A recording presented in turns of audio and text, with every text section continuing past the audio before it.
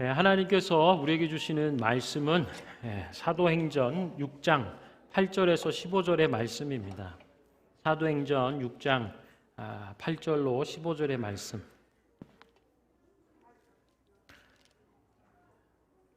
저와 여러분 한 절씩 교독하도록 하겠습니다. 스데반이 은혜와 권능이 충만하여 큰 기사와 표적을 민간에 행하니 이른바 자유민들 즉 구레네인, 알렉산드리아인, 길리기아와 아시아에서 온 사람들의 회당에서 어떤 자들이 일어나 스데반과 더불어 논쟁할세 스데반이 지혜와 성령으로 말함을 그들이 능히 당하지 못하여 사람들을 매수하여 말하게 하되 이 사람이 모세와 하나님을 모독하는 말을 하는 것을 우리가 들었노라 하게 하고 백성과 장로와 서기관들을 충동시켜 와서 잡아가지고 공회에 이르러 거짓 증인들을 세우니 이르되 이 사람이 이 거룩한 것과 율법을 거슬러 말하기를 마지 아니하는도다. 그의 말에 이 나사렛 예수가 이곳을 헐고 또 모세가 우리에게 전하여 준 규례를 고치겠다 함을 우리가 들었노라 하거늘 공회 중에 앉은 사람들이 다 스데반을 주목하여 보니 그 얼굴이 천사의 얼굴과 같더라. 아멘. 오늘 나눈 말씀의 제목은요, 천사와 같은 얼굴입니다. 우리 한번 따라해 볼까요? 천사와 같은 얼굴. 자, 이제 중요한 시간이에요. 여러분 답을 잘 하셔야 돼요. 좌우 주위를 좀 한번 둘러보세요. 주변에 천사와 같은 얼굴 하시고 계시는 분이 있으면 신고해 주세요. 천사와 같은 얼굴, 부부끼리 앉아 있는데 서로 모른 척하고 있기 없기 이제 이렇게 집에 가셔서 그럴 수 있냐는 동 이런 얘기보다도 천사와 같은 얼굴. 여러분 그런 말 있죠. 사람이 자기 얼굴에 대해서 책임져야 되는 때가 있다. 근데 그게 몇 살 때부터인가요? 몇 살이 되면 사람이 자기 얼굴에 책임을 져야 된다. 뭐 이런 얘기 들어보셨죠? 몇 살인가요? 네, 20살? 너무 이른 거 아닌가? 네? 네? 40. 훌륭하십니다. 천사 같은 얼굴이세요. 할렐루야. 사람이 40이 되면 자기 얼굴에 책임을 져야 된다. 뭐 이런 얘기 우리 들어봤죠. 무슨 말일까요? 이제 태어나서 부모로부터 물려받은 얼굴이 아니라 40쯤 되면 인생을 한 40년쯤 살면 자기 얼굴이 이제 어떠한지 삶으로 빚어온 그 세월, 그 삶을 얘기하는 것이겠죠. 어떡하죠 이제? 40살 지나신 분들. 근데 천사 같은 얼굴은 아무도 보고가 안 되었으니 이거. 여러분 뭐 벌써 좀 오래된 얘기입니다만 서울 강남에 아주 큰 성형외과 빌딩에 이렇게 크게 플랜카드 붙어 있었던 그 문구 아시죠? 어머니 날 낳으시고 원장님 날 만드셨네. 할렐루야. 뭐 그런 얘기 기억하시나요? 그만큼 얼굴에 대해서 책임져야 할 인생에 대해서 보여진 어떤 부분들을 우리가 노력하는 모습들 아닐까라는 생각을 해봅니다. 천사와 같은 얼굴. 그래서 저 아는 분은요, 이렇게 태어나신 부분이 좀 우락부락하신 분이세요. 근데 그분이 목사님이시거든요. 그래서 그분이 아침 저녁으로 목사로서 연습했던 것이 거울을 보면서 이렇게 웃는 얼굴이었다라고 하는 거예요. 택시 탔는데 좀 목사님이세요? 뭐 이런 얘기는 들어본 적이 없다고. 그래서 본인은 항상 그렇게 연습한다고. 물론 우리가 살아온 어떤 가치 또 어떤 삶으로 중심뿐 아니라 어떻게 살아왔는지가 얼굴에 고스란히 있는 거죠. 여러분 유튜브에 쇼츠에 이런 거 혹시 보셨어요? 리즈 시절의 얼굴 그리고 지금 보면 되게 예쁘고 어린 아역 배우 같은 얼굴에서 시작돼서 이렇게 얼굴이 이렇게 되는데 되게 험악해진 얼굴. 물론 아주 곱게 우아하게 나이 드신 분도 계시지만요.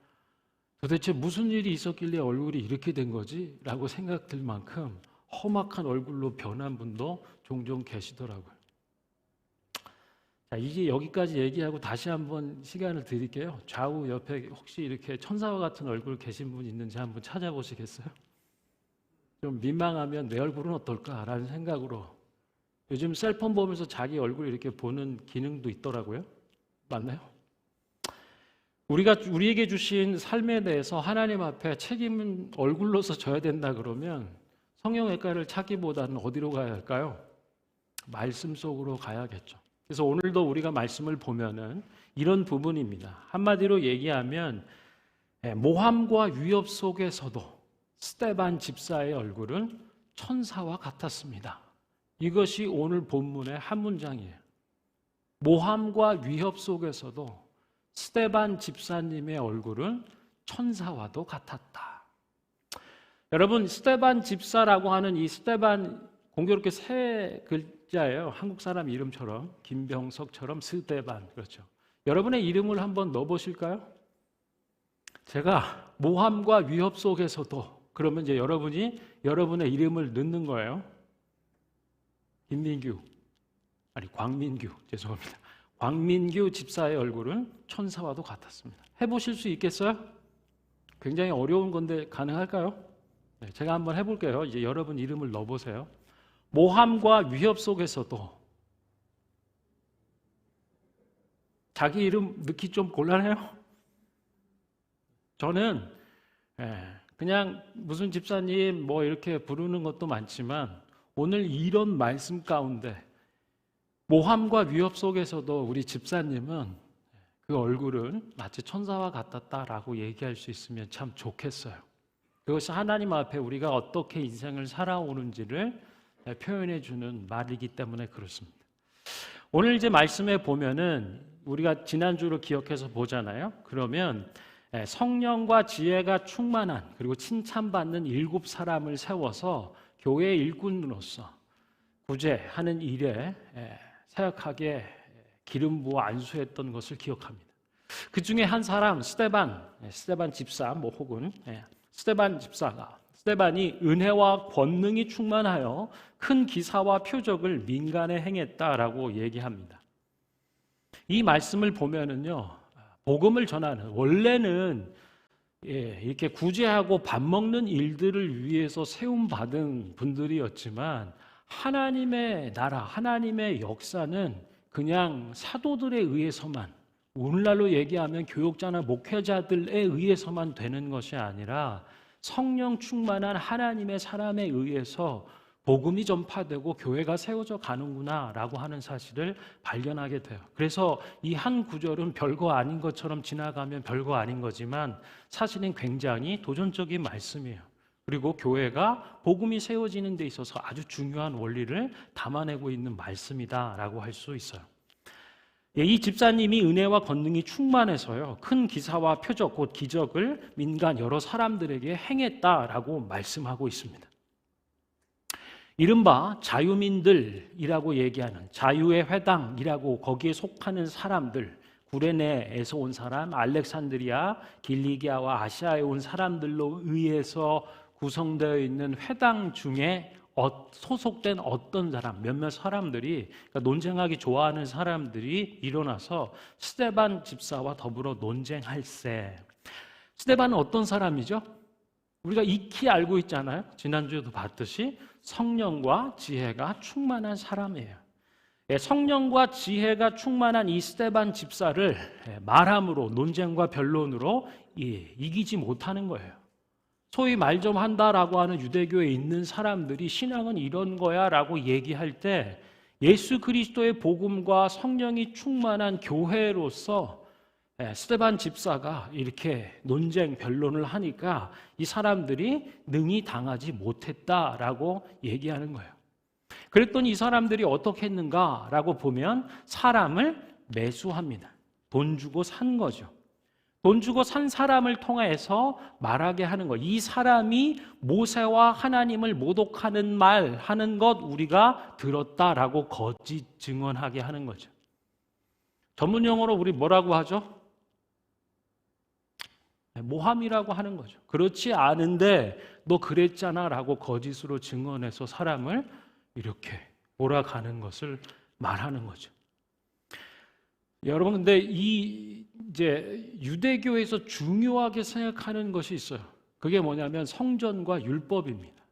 오늘 이 6장의 8절부터 15절은요, 뒤에 이어지는 스데반의 설교, 곧 사도행전 7장, 굉장히 많은 절수예요. 50 몇 절까지 있죠? 60절까지 있네. 60절까지, 60절에 69절에 이르는 7장의 설교의 서두와도 같은 거예요. 서론격이 되는 거죠. 뭘 가지고 쟁론하면서 하나님의 말씀으로 설교해 나가는가라고 보면 성전과 율법에 대한 것입니다.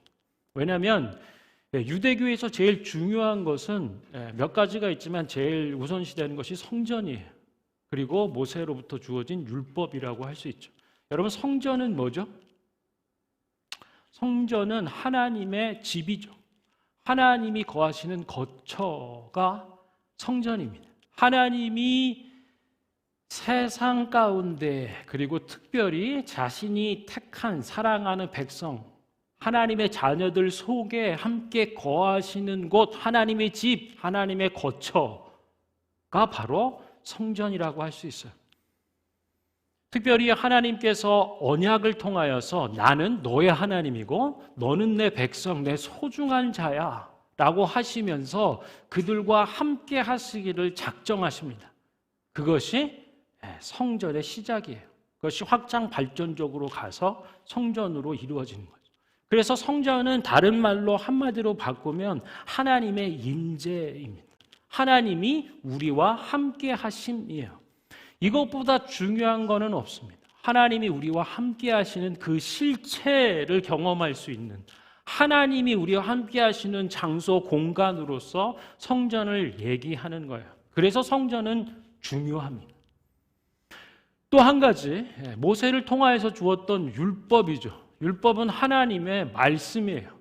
성전이 하나님의 함께 하시는 임재라고 하면 율법은 하나님의 말씀인 거예요. 나의 소중한 백성, 나의 자녀들, 곧 이스라엘 백성으로 삼았던, 그래서 내 백성으로 어떻게 살아야 되는지를 주신 하나님의 말씀이 율법이라고 하는 거죠. 그래서 율법은 하나님의 말씀으로서 어떤 것과 견줄 수 없는 가치를 가지고 있는 거예요. 가장 중요하고 귀한 것, 하나님의 말씀입니다. 그래서 하나님의 함께 하시는 임재의 성전과 하나님의 말씀 자체이신 율법이 중요해요. 근데 그것을 가진 것이 이스라엘 백성, 유대인들, 유대교라고 할 수 있는 거죠. 그래서 그들은 성전을 굉장히 신성시하고 중요하게 했고요. 또 말씀 자체를, 하나님의 율법 자체를 하나님의 말씀으로서 변개치 말아야 되는, 조금도 변하거나 바뀌거나 왜곡돼서는 안 되는, 순전하게 보존해야 될 것으로 여겼습니다. 그런데 이제 돈을 주고 매수한 사람들로 이제 모함하게 하는 내용이 뭐냐면, 유대에서 제일 중요한 모세와 하나님을 모독하는 그 말들을 우리가 말하는 걸 우리가 들었다라고 거짓 증언하고요. 백성과 장로와 서기관들을 충동질합니다. 그렇겠죠. 그들에게 가장 중요한 거니까. 충동시켜 와서 잡아가지고 공회에 이르러 이제 세우고는요, 거짓 증인들을 세워서 또 이제 증언하게 하는 것, 보다 좀 더 구체적인 거. 이 사람이 거룩한 곳과 어디를 얘기하는 거죠? 성전을 얘기하는 거죠. 이 사람이 거룩한 곳, 성전과 율법, 곧 하나님의 말씀을 거슬러 말하기를 마지 아니하는도다. 그러면서 이제 이렇게 얘기해요. 14절에 그의 말에 이 나사렛 예수라고 하는 사람이, 그리고 그를 믿는 이 도당들이 예수가 이곳, 곧 성전을 얘기하는, 성전을 헐고, 여러분 기억나시는 말씀들이 있죠? 사복음서 말씀에 보면 예수님이 말씀하시죠. 마지막 주간 안에서 입성하셔서 얘기하시죠. 성전을 정화, 깨끗하게 하면서 강도들의 소굴로 만들지 말아라. 그러면서 하시는 얘기가 이 성전을 헐어라. 내가 3일 만에 다시 일으켜 세울 것이다 라고 말씀하셨죠. 무엇을 얘기하죠? 이 성전을 헐어라 라고 할 때 그 이 건물로서의 공간과 장소 거처로서의 성전을 흩어버려라, 회파해버려, 내가 다시 3일 만에 세울 거야 라고 하는 것은 예수님의 십자가 상의 죽음과 3일 만에 다시 부활하여 사실 것을 말씀하는 거예요. 이는 곧 성전된 자기 몸을 가리켜 얘기하시는 거다. 왜 그러셨을까요? 성전, 하나님의 거처, 하나님의 임재의 약속과 상징, 그 실제인 이 껍데기만 붙잡고 있는 거예요. 그래서 어떤 제도와 장치, 이런 부분들은 갖고 있지만 하나님과의 대면함은 없는, 하나님의 거룩한 임재의 영광은 알지 못하는 세대로 살아가는 거예요. 경건의 장치와 모양만 있는 이 세대를 향해서 예수님이 말씀하시는 거죠. 아니, 너네들이 믿고 얘기하는 이곳에 과연 하나님 계시겠냐? 이것을 밀고 하나님 아들, 하나님 자체이신 예수님이 오셨음을 얘기해 주시는 거예요. 하나님이 너희와 지금 우리와 함께함을 얘기해 주시는 거예요. 주의 환기를 아주 세게 하시는 거죠. 그런데요, 오늘 이렇게 얘기해요. 14절에 그의 말에 이 나사렛 예수가 이곳 곧 성전을 헐고, 나머지 반쪽은 없어요. 예수님이 말씀하신 이 성전을 헐어라, 내가 3일 만에 다시 세울 거야. 반만 얘기하고 반은 없어요. 그러니 이 반, 예수님이 하셨던 말씀이죠. 틀린 말은 아닙니다. 완전히 선수예요.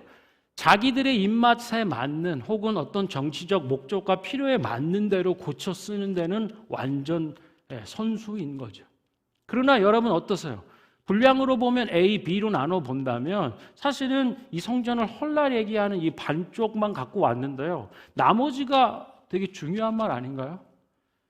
내가 3일 만에 다시 일으켜 세울 것이다 라고 얘기한 예수 그리스도 주님의 몸으로서 십자가에서 죄 사함을 위한 죽음을 이루시고 3일 만에 다시 살아나셔서 하나님의 아들 곧 하나님이신 것을 드러내는 이 사건, 그리고 그 하나님이 육신의 몸으로서 우리와 함께하고 계심을 얘기해 주는 이 비, 나머지 반절, 이것이 있어야 완성될 수 있는 온전한 말씀이 되는 건데요, 앞에 부분만 뚝 잘라서 갖다가 쓰는 거죠.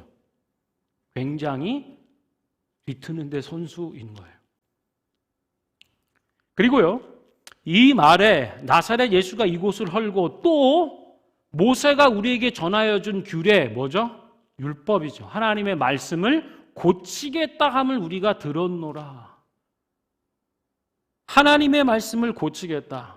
비슷비슷한 얘기들을 가지고 지금 이렇게 자기들이 원하는 방향으로 조작 내지는 요리해내는 것을 보는 거예요.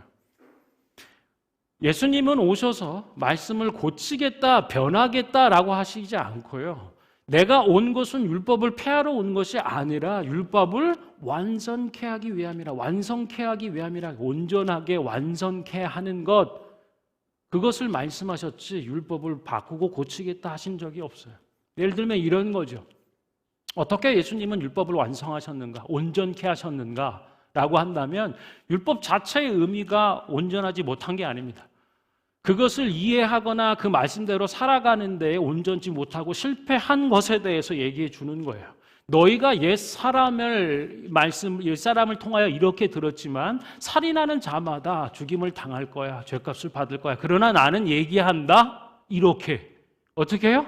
새롭게 얘기해 주는 것은 너희 속에 미워함을, 마음을 품은 사람마다 이미 사람을 죽인 거야. 율법을 주셨던 하나님의 사랑과 또 인간을 사랑하는 그 본질에 대해서 다시 확인시켜 주는 거예요. 말씀은 갖고 있지만 하나님을 사랑하거나 이웃을 사랑하는 일들엔 도청이 관심이 없는 채로 난 안 찔러 죽였으니까 괜찮지라고 얘기하지만 여전히 사람들 속에, 우리 속에 있는 미움의 문제라고 하는 거죠. 율법을 주신 본래의 의도와 목적을 다시 온전케 짚어주신 거예요. 하나님을 사랑하고 경외함으로써 우리가 이웃을 사랑하게 되는 삶을 다시 일으켜 세워주시는 거예요. 그것은 율법을 너희 속에 온전케 하기 위함이라는 거예요. 그러나 어떡합니까, 여러분? 율법이 드러나서 우리 속에 있는 죄를 드러냈을 때 그 율법을 이루지 못한 죄 가운데 빠져 있음을 깨닫게 되었을 때 어찌할꼬라고 하는 말이 나오는 거죠. 그리고 예수님은 어찌할꼬 하는 인생들의 안타까움 가운데 죄로 인하여 죄 가운데 빠져 있는 이 상황에 대해서 괴로워하는 자들 가운데 살 길을 열어주신 겁니다. 십자가의 죽으심. 내가 그 모든 죄를, 밖으로 드러난 죄와 드러나지 않은 그 모든 죄를 십자가를 통하여 십자가에 달려 대신 죽어주심으로 대속 그 죄의 값을 지불해 주심으로 우리가 살게 되었음을 알게 하시는 거예요. 그것이 율법을 완전케 한다라고 하는 의미예요. 그런데 사람들이 그걸 지금 뭐라고 얘기하냐면 율법을 그냥 고쳐버리겠다라고 하는 거예요. 유대교의 입장에서는 사실 지금 굉장히 울그락불그락 할 수밖에 없는 거죠. 성전에 대해서 저렇게 얘기했다. 헐어버린다고? 자기가 누군데 마음대로 하나님의 성전을 임재 거처를 우리 속에서 헐어버린다고? 아니면 하나님의 말씀 그거를 자기가 누구고 지가 뭔데 그걸 고쳐버린다고? 순수하게 보존하는 데 생명 목숨을 걸었던 사람들 입장에서 보면 도저히 받아들일 수 없는 거죠. 충동질 하는 데는 완전히 대장. 굉장히 정치적으로는 노련한 사람들. 왜곡시키고 모함하는 데는 선수꾼들이라고 할 수 있는 거예요. 자, 그러고 나니까요, 이제 이쪽 돈 받은 선수들이 그냥 아주 그냥 탁구로 치면 공을 그냥 엄청나게 걸어서 스데반 쪽으로 넘긴 거죠. 자, 15절 보니까 이제 사람들이, 관중들이 보고 있는 거예요. 공회 중에 앉은 사람들이 다 누굴 볼까요? 공 넘어와서 자기 턴이 된 스데반을 주목하여 보는 거예요. 여러분, 상황이 이쯤 되면은 이 모함, 그리고 굉장히 위협적인 살기가 등등하여 이 사람들이 단체로서 한 사람을 집중하여 한 집사를 지금 죽일 듯하는 이 상황인 거죠. 모함과 위협 속에 있는 사람을 보는 거예요. 표정이 어떻을까요? 우리가 다 읽어서 반복해서 알고 있지만 그냥 사람의 자연스러운 반응이라고 한다면 어떨까요? 여러분을 향해서 완전히 잘 이렇게 준비된 공작 같은 모함, 그리고 그것대로 간다면 죽을 수밖에 없는 이 위협함, 이 속에서 사람들의 표정이 어떨까요? 굉장히 당황하거나, 이건 이대로 가면 이거는 그냥 죽음인데, 두려워하거나, 아니면 이런 모함과 위협, 이게 이래서 굉장히 분뇌하거나 의기소침해지거나 이런 부분으로 가는 게 보통 사람들의 반응이고 얼굴에 드러난 모습이라고 할 수 있겠죠. 그런데 오늘 모든 사람들이 다 주목하여 본 스데반의 얼굴은 어땠다고요? 같이 한번 읽어볼까요? 시작. 공회 중에 앉은 사람들이 다 스데반을 주목하여 보니 그 얼굴이 천사의 얼굴과 같더라라고 합니다. 그 얼굴이 천사의 얼굴과 같았다라고 얘기해요. 디바인, 어떤 신적 요소, 사람들하고는 근본적으로 차별이 되는 어떤 신적 차원의 요소들을 담아내고 있었다라고 하는 거예요. 사실 이 사도행전의 저자인 누가가 천사의 얼굴을 봤을까요? 그러나 마치 본 것처럼 얘기하죠. 스데반의 얼굴 봤더니 이건 사람의 얼굴이 아니야.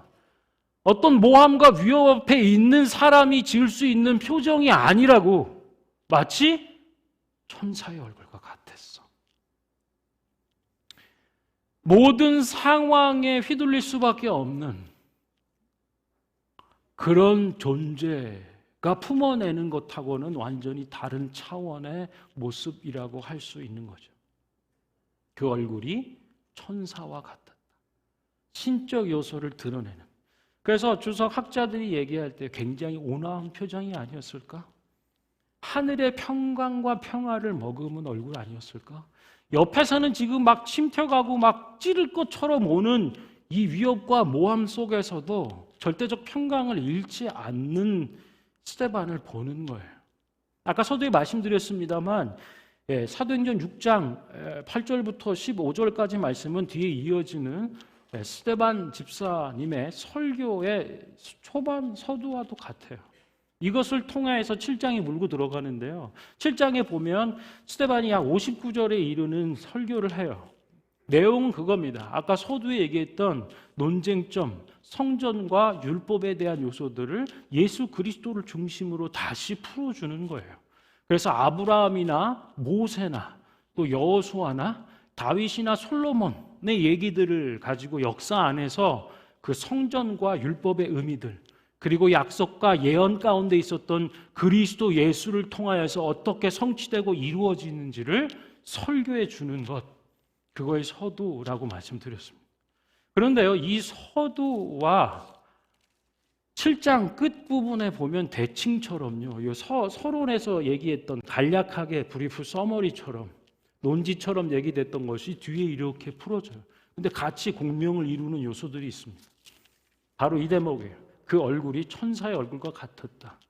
뒤에 가면 굉장히 험악한 분위기가 연출이 됩니다. 그리고는 그 스데반 설교를 듣고 들었던 그 사람들이 마음에 찔려 그를 향하여 이를 갈았다라고 얘기를 해요. 그러면서 이 험악한 분위기 안에 스데반이 가졌던 이 고요함과 하늘의 평안의 모습을 얘기해 줘요. 어떻게 가능할까요? 이 질문 하나로 오늘 생각하고 마무리하고 싶은데요.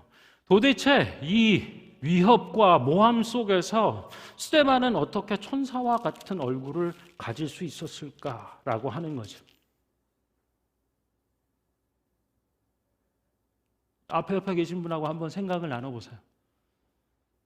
어디 잘하고 용한다는 성형외과를 갔을까요? 그의 비결은 뭘까요? 얘기하고 있지는 않지만 어떻게 스데반은 천사와 같은 얼굴을, 이 상황 가운데 사람의 반응을 넘어서는 신적 차원의 일들을 품어낼 수 있는가라고 하는 거예요. 비결은 사도행전 7장 마지막 부분에 있는 그의 설교 이후에 스데반의 순교하는 그 장면에 있어요. 그들이 이 말을 듣고 마음에 찔려 그를 향하여 이를 갈거늘 스데반이 성령 충만하여 하늘을 우러러 주목하였다. 여기 있습니다. 하늘을 우러러 주목하는 거예요. 자기 길 죽이기 위해서 부득부득 이를 가는 이 상황 하에서 그는 하늘을 주목하여 바라보는 거예요. 그리고 하나님의 영광과 및 예수께서 하나님 우편에 서신 것을 보고, 하늘을 우러러보며 이 안에 영안이 열리고 하늘이 열리며 무엇을 보았다고요? 하나님의 영광을 봤고요. 하나님 우편에 앉아 계신 예수 그리스도 우리 주 그분을 보았다는 거예요. 그리고 말하되 보아라 하늘이 열리고 인자가 하나님 우편에 서신 것을 내가 보노라. 아멘. 스데반은 하나님을 봤던 사람, 하나님을 바라본 사람이에요. 스데반은 예수 그리스도를 주목하여 바라봤던 사람이에요. 어떠한 처지와 형편 속에서도 날마다 주님을 바라보기에 힘썼던 사람 스데반, 그 안에는 예수님의 향기가 머무는 거예요. 그 속에 예수님을 담아내는 것들이 있는 거죠. 그래서 모함과 위협의 상황 가운데 우리는 스데반의 얼굴 안에 예수님의 형상을 보는 거예요. 예수님의 향기를 나타내는 거죠. 사랑하는 성도 여러분, 여러분의 얼굴이 천사와 같기를 바랍니다. 모함과 위협이라는 상황 가운데서도 그리스도의 얼굴, 그리스도의 향기를 나타낼 수 있는 우리 교회 되길 바랍니다. 여러분, 21세기를 살아가고 있어요. 교회는 어떤 곳인가, 어떤 사람들인가 라고 한다면요, 그렇게 앉지를 원하지만요, 어쩔 수 없이 우리는 모함과 위협 가운데 서 있습니다. 세상은 끊임없이 예수님을 반쪽짜리로 만들어요. 크리스마스이지만 크리스마스라고 얘기하지 않아요. 해피 할러데이라고 얘기해 주는. 바꿔가기 시작해요. 동성애라는 이름 안에서 프렌십은 없습니다. 우정이라고 하는 걸 요즘 들어보셨어요? 브로맨스죠. 바꿔가고 왜곡되는 그 본질과 실체에 대해서는 반쪽만 얘기하고요. 마치 예수님이 얘기하셨던 3일 후에 이것을 내가 일으켜 세울 것이라고 하는 율법이 말하고 있는 율법의 본질과 그 중심과 정신을 너희 속에 잃어버린 그 모습 그대로 두는 게 아니라 온전케 해주는 일들, 이 반쪽은 싹둑 잘라내는 거예요. 인정하지 않아요. 자기의 논리와 원하는 일들 위해서 바꿔버리고 왜곡시키는 선수입니다. 이런 시대에 우리가 살고 있다라고 하는 걸 부정할 수가 없어요. 아니요, 나는 어떤 모함과 위협 별로 느끼지 못하는데요. 두 가지죠. 아주 담대하신 분이거나 아니면 아예 뭘 모르시는 분이든. 우리가 예수님을 알고 믿는다라고 얘기한다면 이 모함과 위협이라는 것이 날마다 우리 삶 가운데 세상이 어떻게 조장해 가고 있는지를 인정하지 않을 수 없어요. 그런 속에서 우리의 얼굴은 어떻게 되어가고 있습니까? 아무것도 모르는 해맑은 얼굴로 그냥, 아니면 일그러져 가는 얼굴로 그냥. 우리의 영적 자아상은 어떠한가? 한 구절 말씀을 읽어드릴게요. 저희가 좋아하는 말씀인데 시편 말씀이에요. 주께서 나의 등불을 켜시며 여호와 내 하나님이 내 속에 이 흑암을 밝히시리이다. 내가 주님을 의뢰하고 적군을 향해 달리며 내 하나님을 의지하여 담을 뛰어넘습니다. 시편 18편의 말씀이에요. 우리 속에 이 어둠을 하나님 잘 아시죠? 이 어찌할 수 없는 신적 차원의 천사와 같은 예수 그리스도를 담아내는 어떤 것보다는 어떤 험악한 일들로 인하여서 아유 어쩌다 저렇게 됐나 싶은, 그러나 예수 그리스도를 의지하는 거예요. 이 어둠 속에 등불을 밝혀주시는 거죠. 성령 하나님을 통해서 우리 속에 성령의 충만함과 기름 부으심을 주시고 성경 말씀의 저자이신 그분께서 하나님의 말씀으로 우리를 온전케 충만케 해주심으로 우리 속의 어둠을 밝음으로 바꿔주실 그 등불을 켜주신다는 거죠. 예수 그리스도를 통해 우리 속에 영혼의 등불을 켜주실 때 우리가 그 주님을 의뢰하고 그리하여 적군을 향해 달리며 내 하나님 예수 그리스도를 의지하여 담을 뛰어넘는 자들, 하나님의 얼굴을 품어내는 천사와 같은 얼굴을 살아내는 자들 된다라고 말씀하는 것입니다. 우리 이 시간에 함께 찬양하면서 좀 기도했으면 좋겠습니다.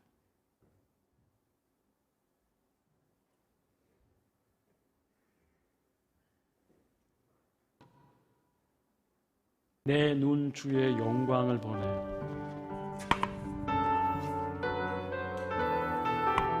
아멘.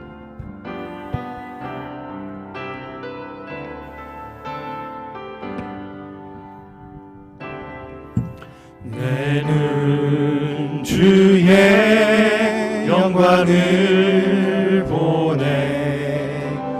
우리 가운데 계신 주님,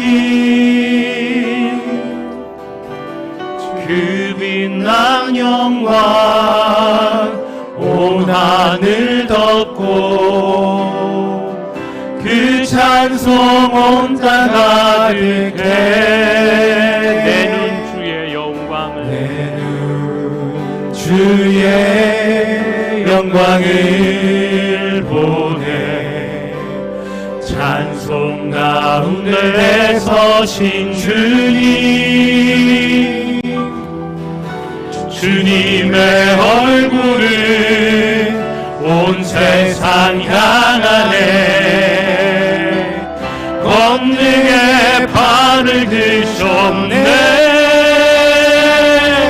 주의 영광 이곳에 가득해. 우리 손에 주님과 함께 찬양하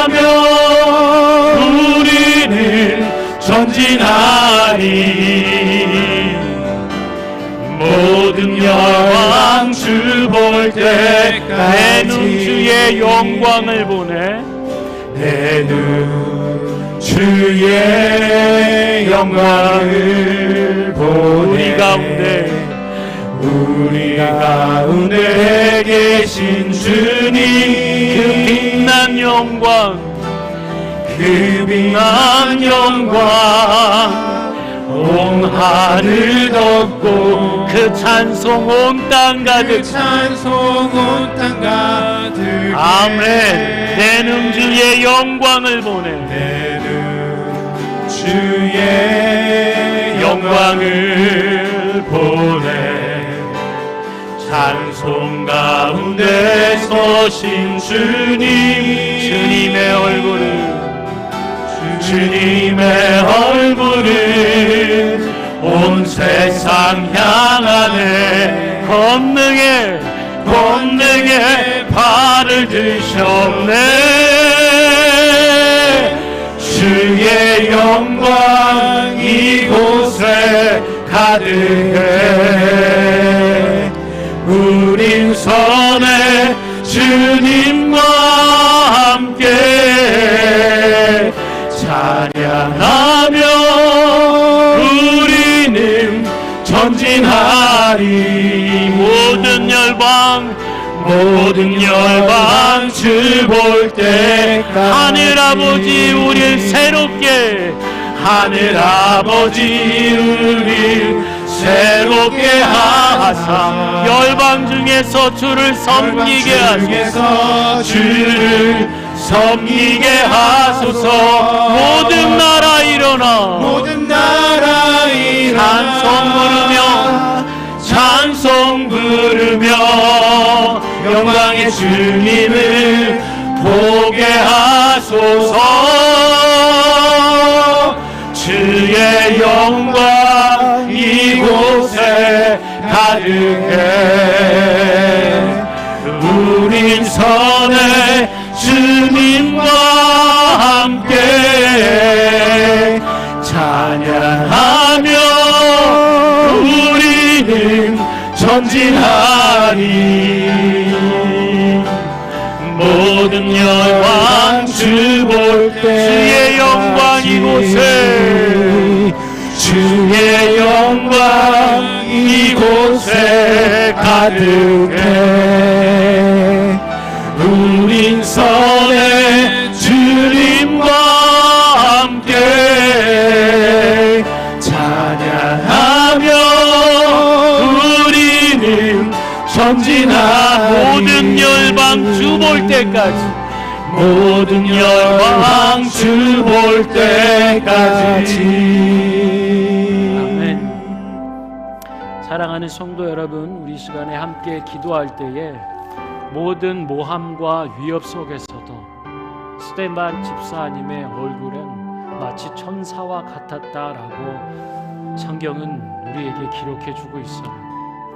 여러분, 우리가 살아가는 시대에 어떤 모함과 또 왜곡과 위협 가운데 살아가고 있는지, 우리뿐만 아니라 우리 차세대 다음 세대 자녀들이 살아가야 될 세상이 얼마나 험악할 세상일지, 오늘 예배하는 시간 말씀으로 주님, 우리가 주님을 바라보며 우리 세대의 모든 험악하고 어려운 일들 가운데서도 예수의 향기를 드러내는 사람들, 신적 차원의 놀라운 평강을 담아내는 삶, 하늘의 평강으로, 절대적 평강으로 어려운 시대를 살아가는 믿음의 삶을 살게 하여 주옵소서. 함께 기도하겠습니다. 주의 영광 이곳에 가득해. 아멘. 주님, 우린 선해 주님과 함께 찬양하며 우리는 전진하리. 모든 열방 주 볼 때까지 주의 영광 이곳에 가득해. 우린 선해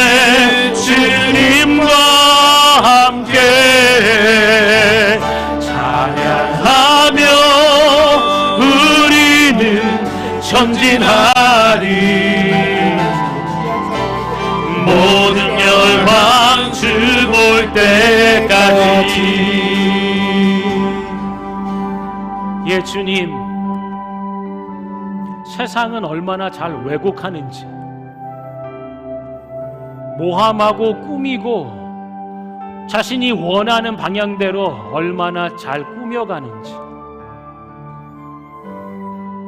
그의 말에 이 나사렛 예수가 이곳을 헐고 또 모세가 우리에게 전하여준 그 규례를 고치겠다 함을 우리가 들었노라. 주님, 이곳을 헐고 3일 만에 다시 일으켜 세우겠다 하신 성전됨이 자신의 몸이신 것을, 그분이 몸으로 우리 속에 오셔서 살아내시고 모든 죄악과 사망을 멸하시며 다시 사신 부활하신 영광의 주이신 것은 빼먹어 버리고, 또한 이 규례 하나님의 말씀 율법을 변개하는 게 아니라 온전케 우리 속에 완성시키겠다 하신 하나님의 그 말씀은 빼내어 버린 이 시대 가운데 우리가 정신을 바짝 차리길 원합니다. 영적으로 깨어 있기를 소망합니다. 모든 위협과 모함을 잘 깨달을 뿐 아니라 그것을 이겨낼 수 있는 힘을 성령의 충만함과 말씀으로써 우리 주 예수 그리스도 안에서 발견하고 살아내는, 그리하여 우리의 영적 자아가 예수 그리스도를 담아내는 자임을, 그리스도의 향기와 그리스도의 그 모습을 드러내는 얼굴들, 곧 인생과 삶이 되게 하여 주시옵소서. 그렇게 역사 인도하시는 예수 그리스도 이름으로 기도합니다. 아멘.